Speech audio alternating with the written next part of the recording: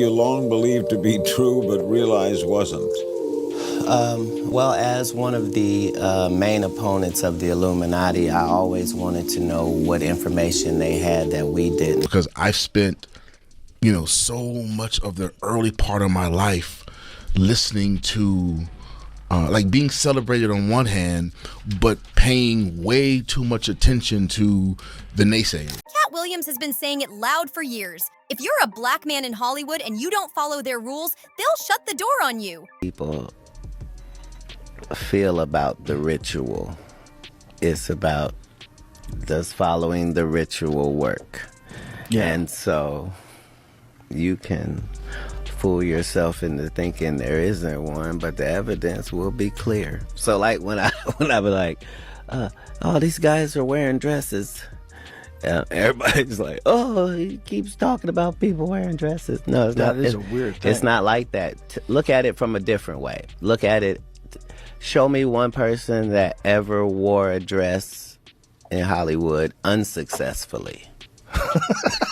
And looking at the life and career of Malcolm-Jamal Warner, it's hard not to see exactly what Katt's been warning about. Malcolm didn't sell out for fame. He moved on his own terms. He wasn't chasing clout, and he sure wasn't dressing up like some goofy caricature just to get a paycheck. He stood firm. No wigs, no clown roles, no tap dancing for attention. And because of that, they quietly pushed him to the side. Not because he wasn't talented, the man had range, but because he didn't bow down to the game. Now here's the kicker. The moment he passed, suddenly everyone's talking about how legendary he was. Now he's underrated, a genius, a real one. We finally have an update on the drowning death of Malcolm-Jamal Warner. Now, according to ABC7, they stated that Malcolm-Jamal Warner had drowned while he was on vacation in Costa Rica. Now, the article goes on to say that Warner had drowned off the coast of Costa Rica on Sunday. Life, it's fragile, and in the blink of an eye, You never know. you never know. So speaking of legacy, what do you hope that your legacy is going to be? There is part of me that I will be able to leave this earth, knowing and people knowing that I was a good person. But where was all that noise when he was alive? Where were those flowers when he was grinding on real work that actually meant something? The same folks calling him iconic today had nothing to say when he needed that support the most. This ain't about wild conspiracies, it's about patterns. Katt Williams has been putting people onto this Hollywood playbook for decades. He's been warning how the system freezes out anyone who dares to say, nah, I'm not with that. So let's really dig into what Katt's been exposing, what Malcolm stood for, and why the world only decided to hype him up after he was gone. Some of us make choices. I think it's not a biggest choice for others.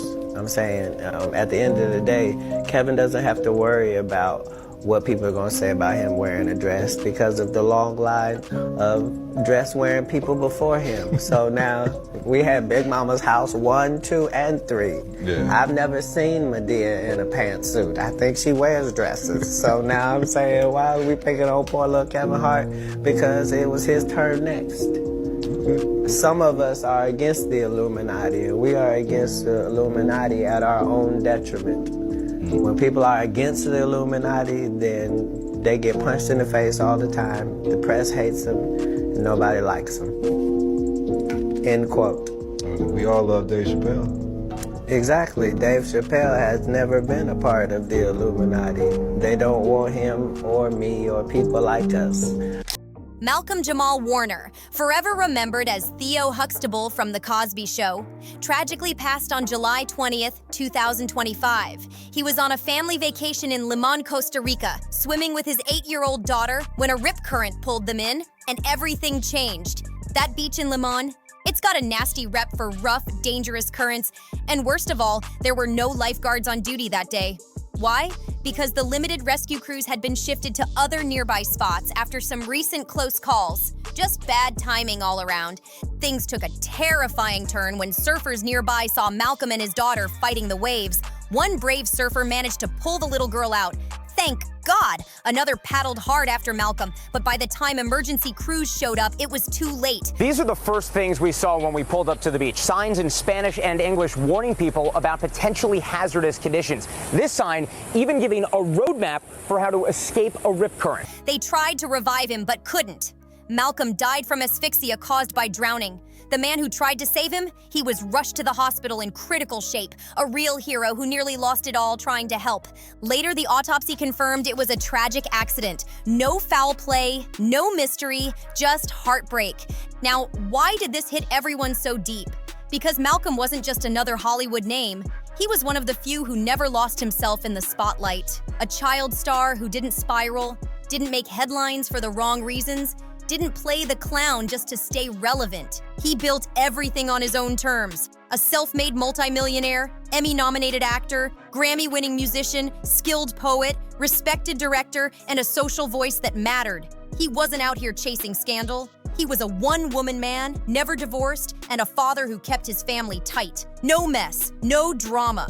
People who worked with him, they loved him, respected him. Malcolm showed the world how a real man moves. Steady, smart, with dignity. And then, just like that, at 54 years old, in the middle of paradise with his family, he was gone. Perfect health, perfect peace, and gone. The only thing tragic about Malcolm's life, it ended too soon. But make no mistake, that man lived right and left behind a blueprint of excellence. But let's keep it real. Hollywood ghosted Malcolm while he was still here, and now everything Katt Williams has been yelling about for years? So even before conception, we were very clear we were having a girl. And I knew that I needed a girl first to kind of ease me into it, because I have a pretty good idea of what kind of father I would be. So I needed a girl to kind of, slow me down and warm, soften me up, if you will. So for me, raising my daughter, I came into fatherhood already with a certain maturity and certain understanding of male-female dynamics. And with a girl, all of that starts with the father.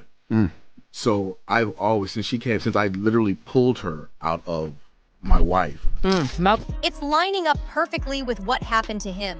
Malcolm didn't fall off, and don't get it twisted. After The Cosby Show, he could have easily cashed in. Big-time network gigs, cheesy sitcom roles, goofy blockbusters. They wanted him for that stuff. But he wasn't having it. He kept things low-key, turned down anything that made black men look like clowns or punchlines. No dresses, no wig comedy, no tap dancing for laughs. He wanted to represent something real, something with dignity. And this is where Katt Williams comes storming into the convo. Katt's been screaming this truth in stand-ups, interviews, and podcasts for years. He's called out how Hollywood boxes black entertainers in, and if you don't play their character, you get shut out. Katt turned down those same degrading roles, fat suits, wigs, loud buffoonery, and what happened? They labeled him difficult, crazy, and unreliable, just because he wouldn't play their game. Malcolm? Same story, different style. He was sharp, disciplined, and crazy talented, but he didn't fit their mold, and he refused to coon for the camera. So they benched him. They didn't give him his flowers when it mattered. He was too real for their agenda. But here's the thing, Malcolm didn't need Hollywood. He was thriving without them. He launched his own podcast, Not All Hood, where he broke down how mainstream media always tries to paint black folks as one big stereotype. Instead of selling out, he chose passion projects that mattered. Documentaries, powerful stage plays, and deep dives into Black history, racism, and education. He used his art to speak truth, not just entertain. That was Malcolm's lane, and he owned it like a king. Back in 2021, Malcolm dropped an op-ed for the Television Academy, and he did not hold back. He boldly called out how it's still white execs, white writers, white producers, and white directors who act like the gatekeepers of Black images on TV. Straight up. He broke down how Black creatives get a little room to breathe only during certain cycles when the industry pretends to loosen the hinges. But even then, it's just an illusion. Fake control, no real power. Malcolm explained how stereotypes don't just vanish when a Black character gets a doctor title or a fancy apartment. The surface changes, but the same lazy tropes stay baked into the writing. He saw through it all and wasn't afraid to speak up. And when it came to music, Malcolm had strong opinions there too. He publicly called out the way modern rap and hip-hop often push misogyny and toxic masculinity. He wanted better, more healing, more accountability in the culture. And that Kendrick versus Drake beef in 2024? While social media lost its mind over it, Malcolm came through with pure honesty. He slammed how hip-hop only gets the spotlight when it's tearing people down, not building anything real. So when Katt Williams says the industry only boosts you when they control the narrative, this is exactly the kind of stuff he's talking about. Malcolm wanted to show the world that black men are complex, educated, emotional, and real. Not just sidekicks, not just jokes. But the industry didn't want that from him. They expected him to stay in that teen heartthrob lane or take the comic relief scraps. He pushed back hard, turned down offers that would have made him more famous but made him look foolish in the process. Meanwhile, other black actors at the time were blowing up fast, doing everything Malcolm refused to do.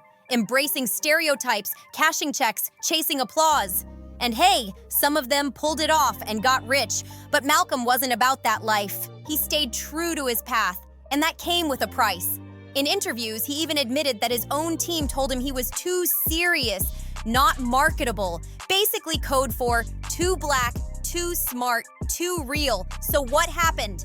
The phone stopped ringing, they phased him out, just like Katt Williams has been warning us. If you won't play the fool or bow down to the humiliation game, they hit delete. So when you look at everything, the silence during his life, the sudden love after his death, the roles he refused, the truth he spoke, it all points to one thing. Malcolm-Jamal Warner was too real for Hollywood's script. He moved with purpose, stood on principle, and never played the clown just to stay relevant. That's why he was ignored, until it was too late. If you respect what he stood for, and if you're tired of the way the industry keeps silencing the real ones, then don't let stories like Malcolm's fade into the background. Like, share, and subscribe to T-Watch, where we dig into the truth they don't want you talking about. You're not gonna get this kind of breakdown anywhere else.